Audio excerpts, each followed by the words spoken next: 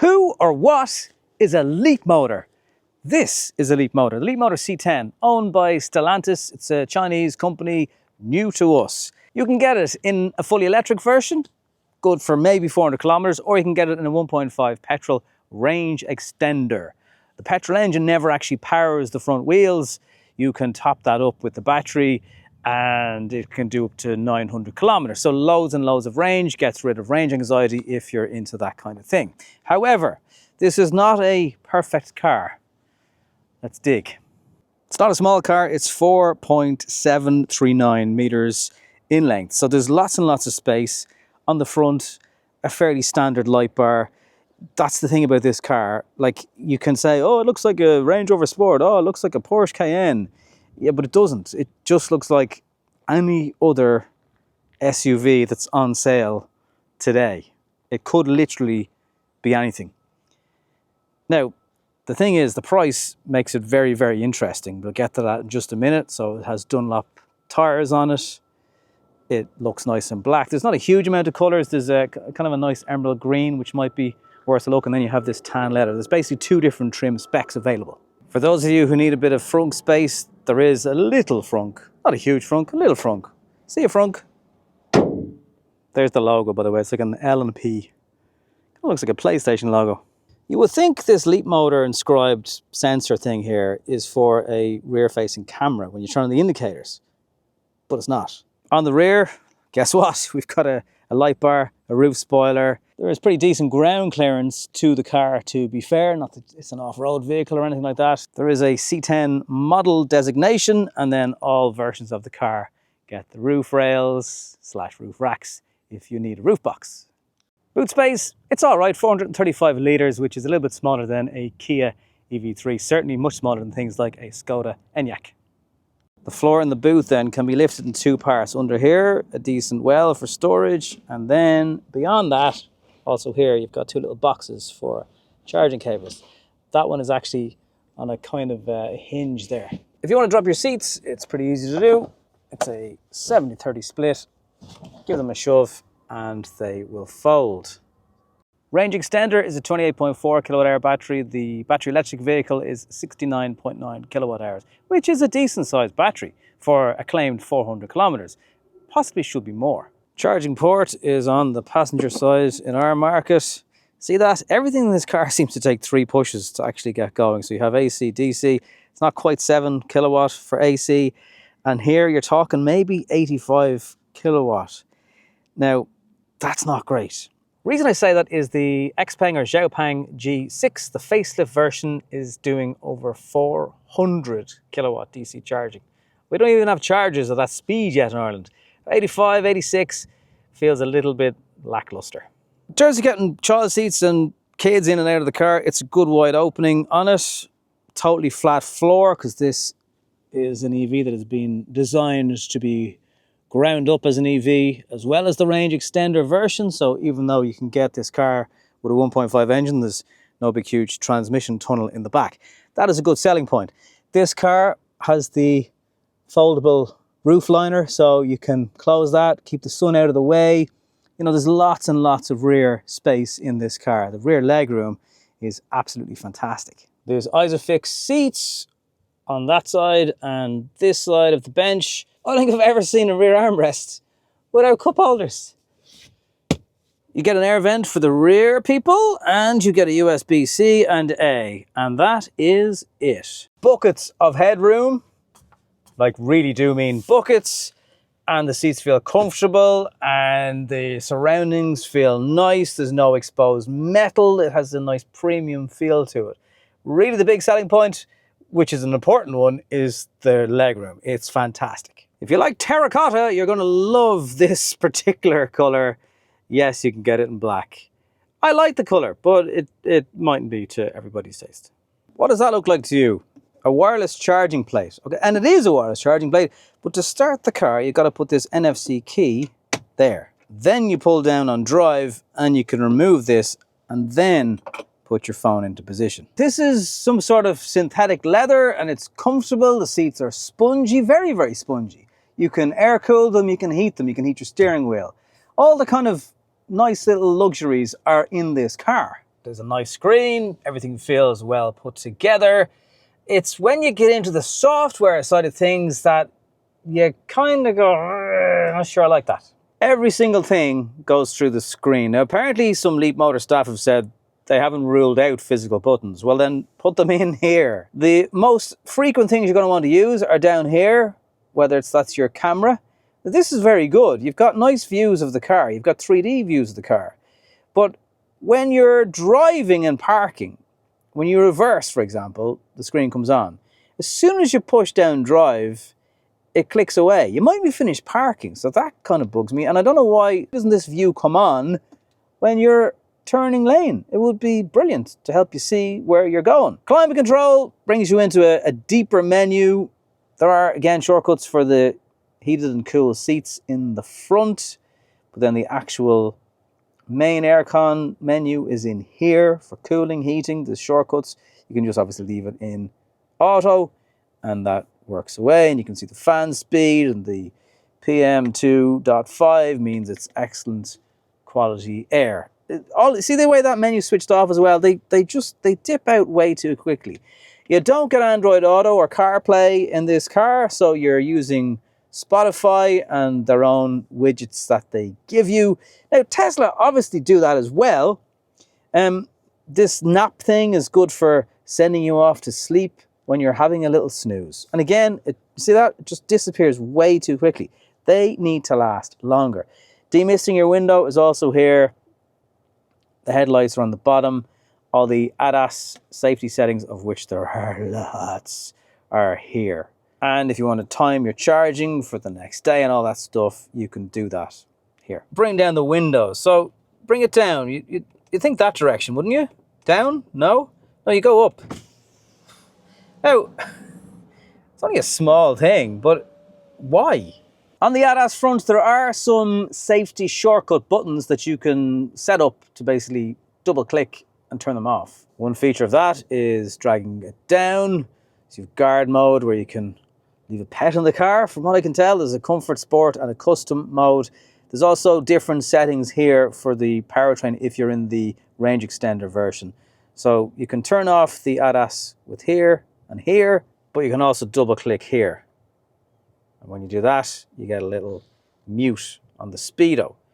But sometimes it works the first time and sometimes you've got to press it multiple times. The stock is straight out of an old Mercedes for selecting your gears, so that's nice. You also push down on that at the desired speed limit and then your ACC comes on. Speaking of ACC, it's not quite sure what it wants to do. So sometimes it just leaves too much of a gap. Sometimes it hesitates when you change lanes and there isn't a gap anymore. And then it feels like the throttle is just being feathered on and off and on and off at certain speeds when you're using ACC. You know those kind of people who accelerate and take the foot off and accelerate and take the foot off? They are one of the most uncomfortable people to be in a car with. Well, the ACC in this car acts like that.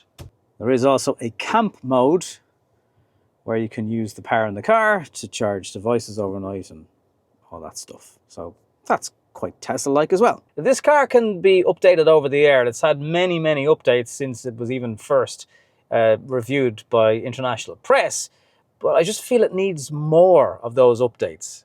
I love the fact that if you're not in the mood of charging your wireless device, you can tap that and you can still put your phone in the same cradle spot, but it won't necessarily charge. That's really great. There's also a feature that'll tell you if the traffic lights have changed because you're not paying attention, and EV range. Press that and it tells you where the current range can get you. Now that's not quite Cork, but it's not far, it's kind of the fringes of Cork, and that says 195 kilometers. Cork ain't 195 kilometers, and it's not going to be that anyway once you hit the motorway. So that would leave me concerned. Now, I love a tilting mirror when you put a car into reverse. It stops you curbing the wheels. It's just good for guiding it into spaces. That went into reverse mode last night and hasn't come back to the normal position since. Just having to dip my head down, see out the mirror. You can adjust the mirrors, but you've got to go into the screen. Surprise, surprise to do that. Very like Tesla, in fairness. A lot of the things I pointed out, like I've no doubt people are going to say, oh, you're being very harsh. I'm sure they're over-the-air updates, but like this car's on sale. The fact that you can buy this trim, the design trim, for barely €40,000 after the grants, that is impressive. And the level of spec you get is also impressive for that price. McPherson strut on the front, a 5-link multi on the rear, so it's actually all right. It absorbs potholes, but it does suffer from, well, your usual SUV body roll. 218 brake horsepower to the rear wheels. So from a brake horsepower point of view, it's very similar to a Nissan Ariya. So comparatively speaking, ID.4 would have launched with a little bit less brake horsepower, but now it has 286 as standard. But to be honest with you, it's more than a family car needs. 218 in my book is perfectly fine, and it's going to the rear wheel. So if you are someone who hasn't driven a rear wheel drive car before, I think you're better on the safe side rather than having something that could potentially be a bit leery. You have no experience of rear wheel drive cars in slippy conditions, and you're left wondering, going, why is the car facing the other way? I wasn't going very fast, Your Honour. If I double tap the speed sign to turn off, basically the beeps that you've saved the shortcut, I've just done it there. And I've done it again, and I've done it again. I've now pressed it 6 times. And now it's worked. The radio station, same thing. You change station, maybe 4 seconds later, it switches. Towing capacity of 1,500 kilos, and that's braked 750 if you're not. Pretty much standard. There are some cars on the market now that can do over 2,000, maybe 2.5 ton as an EV, but they're not that common, and they do cost considerably more. Some cars will warn you that there's oncoming cyclists, traffic. This doesn't do that, but it does operate the driver's side indicator for you, so it's automatically going to warn other people that you're about to get out of the car. It's not a bad little idea, but again, I wasn't sure was that meant to happen or not. It hasn't been particularly warm when I've been filming this car, but the car is particularly efficient. So on this journey of only 8 kilometers, 14.4 kilowatt hours per 100 kilometers, but on the overall, it's about 15.8. And I've seen other people get similar. So quite efficient, actually. That is definitely a big selling point for it. The steering is light. Now, I've had to customize it and put it into sport mode, and you can have different settings, different characteristics of sport. It doesn't have to be in full-on sport mode. I just found the steering was way too light. It was like you were making small adjustments, and the car was it wasn't my personal taste. If you like a really light steering setup, it can do that for you. I'm not saying sport mode suddenly gives it loads of feedback, but it does put some weight into it, and it's totally necessary, in my opinion. You've obviously got this driver screen here as well as this bigger one. So it's just very, very basic. If these screens aren't on, like a lot of cars, to be fair, 1, everything's going on through here, and 2, without these on, it's just like, oh, is that it? And you've got these little balls on either side of the spokes and the steering wheel. Again, we've seen this in lots and lots of cars. So you can toggle to the left on them and up and down, and you can adjust lots of things based on that. So it's simple, straightforward, no frills, no fuss, apart from this really bright interior colour. It's also not the smallest vehicle in the world, so this 360 overview is very, very helpful. It guides you between the lines here, as you can see, and just helps you park. What isn't a small car if you're someone who just doesn't really like parking? It also gives you a centimetre display of how close you are to your object. So there is no excuse for hitting anything, and that should help with your insurance costs as well. There's also a dash cam little character up here. Gives you 4-angle view, and again, it can do all these views for cameras, so why can't it do that when you're driving? So this is your real-time image, and just like your iPhone, if you have a U-disc inserted, you can record what's going on here. There's also emergency video, looping video, different settings in there. So that's actually very good. So while it may seem that I'm being harsh and overly critical on the car, it's like that report card. It's like, Johnny has so much potential. He just needs to apply himself.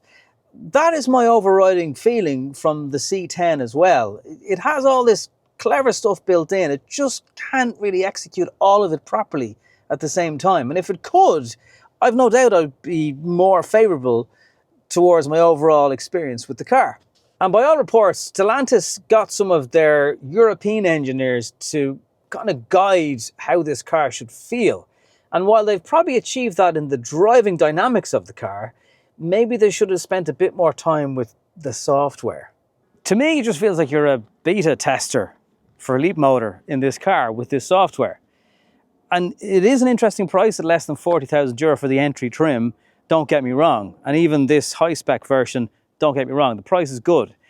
The Xpeng or Xiaopeng, the Tesla Model Y, some might cost you a little bit more, but you know the software is good. You know the mirror is going to be tilted down the next morning when you reversed in the night before. Little things like that. So I just think it needs a lot of over-the-air updates. Then come back to me. The problem is it's a very tough segment now, and there are better cars out there. And affordability alone, I don't think it's going to get you by in 2026. Let me know what you think. Thanks for watching. See you next time.